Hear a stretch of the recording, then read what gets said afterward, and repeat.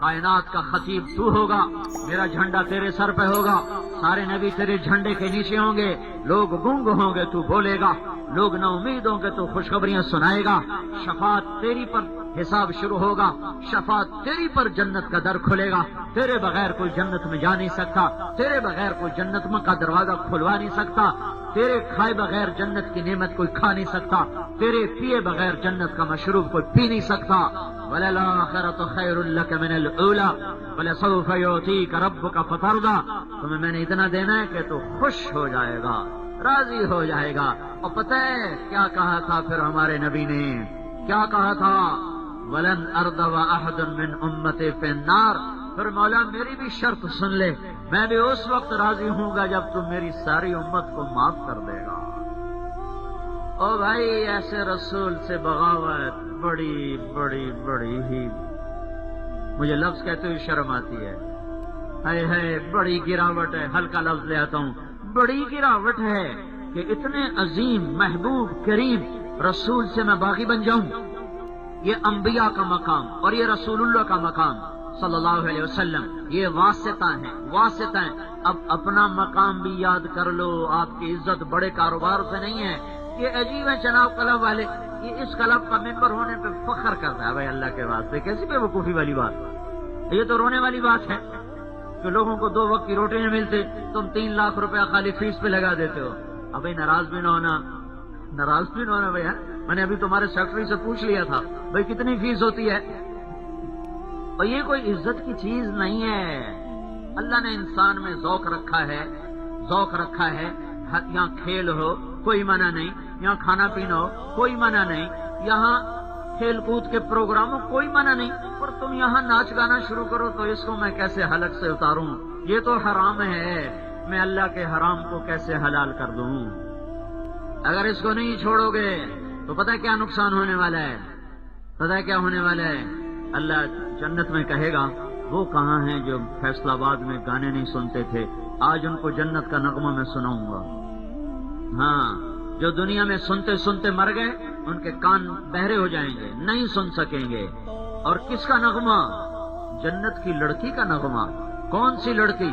جو سمندر میں تھوک ڈالے سمندر میٹھے ہو جائیں، اس کے بول میں کیا مٹھاس ہو، جنت کا ساز ہوگا اور ہوا موسیقار ہوگی اور حور کی آواز ہوگی، انسانوں پر یہ کیفیت ہوگی کہ یہ مجھے جنید جمشید نے بتایا کہ ہمارا گانا ہوتا ہے 3.5 منٹ کا ایک گانا، لوگ شوق سے سن رہے ہیں تو ہم 10 منٹ تک کھینچتے ہیں، پھر اس سے آگے سننے کی سکت لوگوں میں ختم ہو جاتی، پھر ہم بدلتے ہیں اور لاتے ہیں۔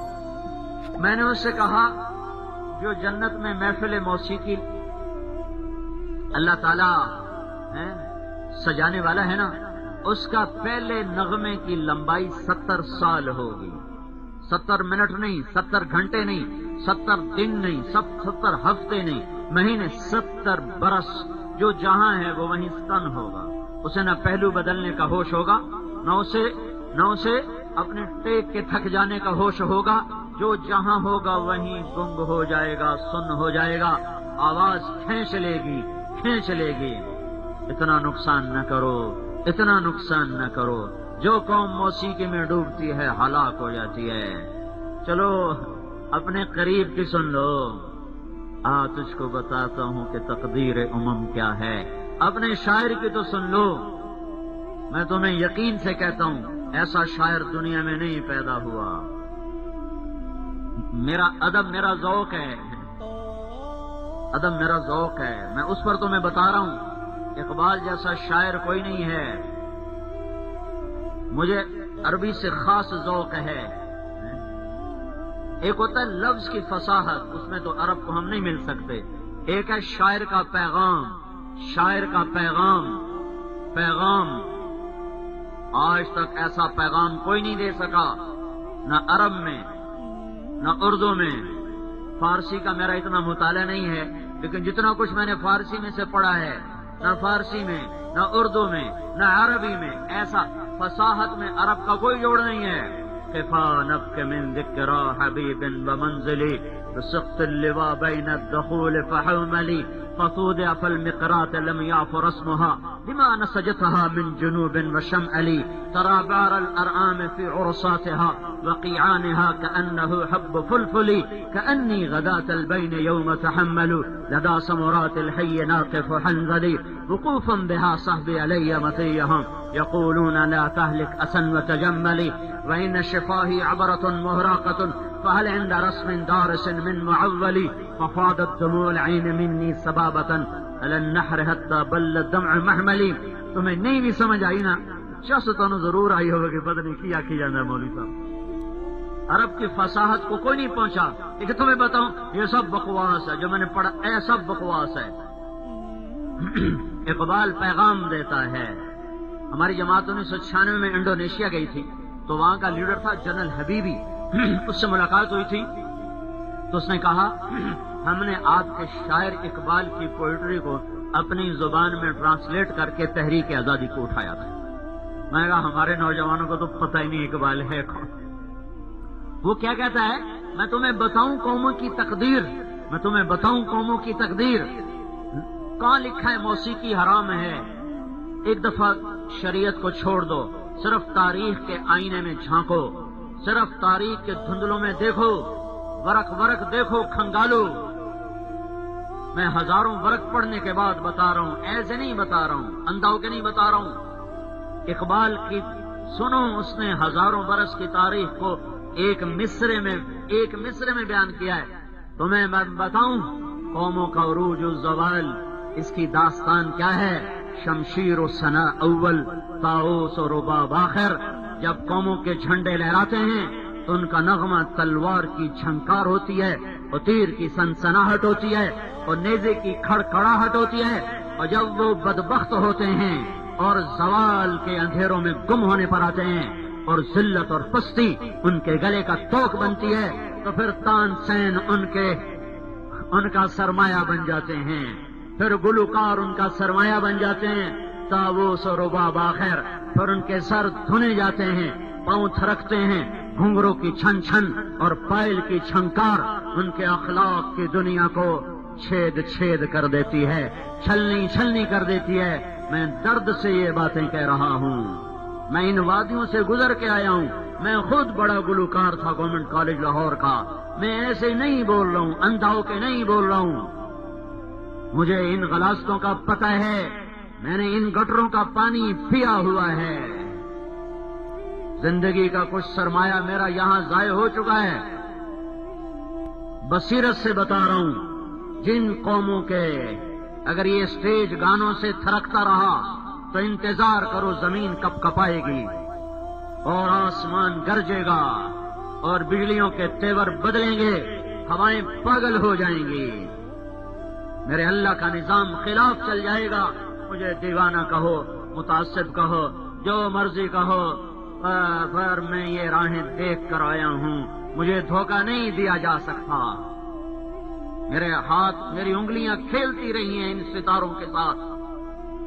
قوموں کی ہلاکت ہے جب بیٹیوں کے پاؤں میں گھنگرو آ جاتے ہیں اور جوانوں کے ہاتھ میں گٹار آ جاتے ہیں اور سننے والے نوجوان ہوں. اے ہائے، سن سن تقدیر امم کیا ہے. شمشیر و ثنا اول، طاؤس و رباب آخر. جب وہ اٹھتے ہیں تو ان کے انداز اور ہوتے ہیں، جب وہ گرتے ہیں تو پھر ناچ گانا ان کی تہذیب بن جاتا ہے. ہاں، میرا اللہ کہے گا کیسا نغمہ ہے حوروں کا؟ کہیں گے بڑا اچھا ہے. اس سے اچھا سناؤں؟ یا اللہ، اچھا، اس سے بھی اچھا ہے، سنو. اے داؤد آجا، ممبر پہ آجا، اب تو سنا. داؤد کی آواز علیہ السلام کیسی تھی؟ جب وہ زبور پڑھتے تھے پہاڑ ہلنے لگ جاتے تھے. جو پتھروں کو پگھلانے والی آواز کا مالک ہو، جنت میں وہ آواز دوبالا، آواز، ساز، ہوا اور جنت کا سما، کیا وہ محفل موسیقی ہوگی کہ جنت بھی جھوم اٹھے گی؟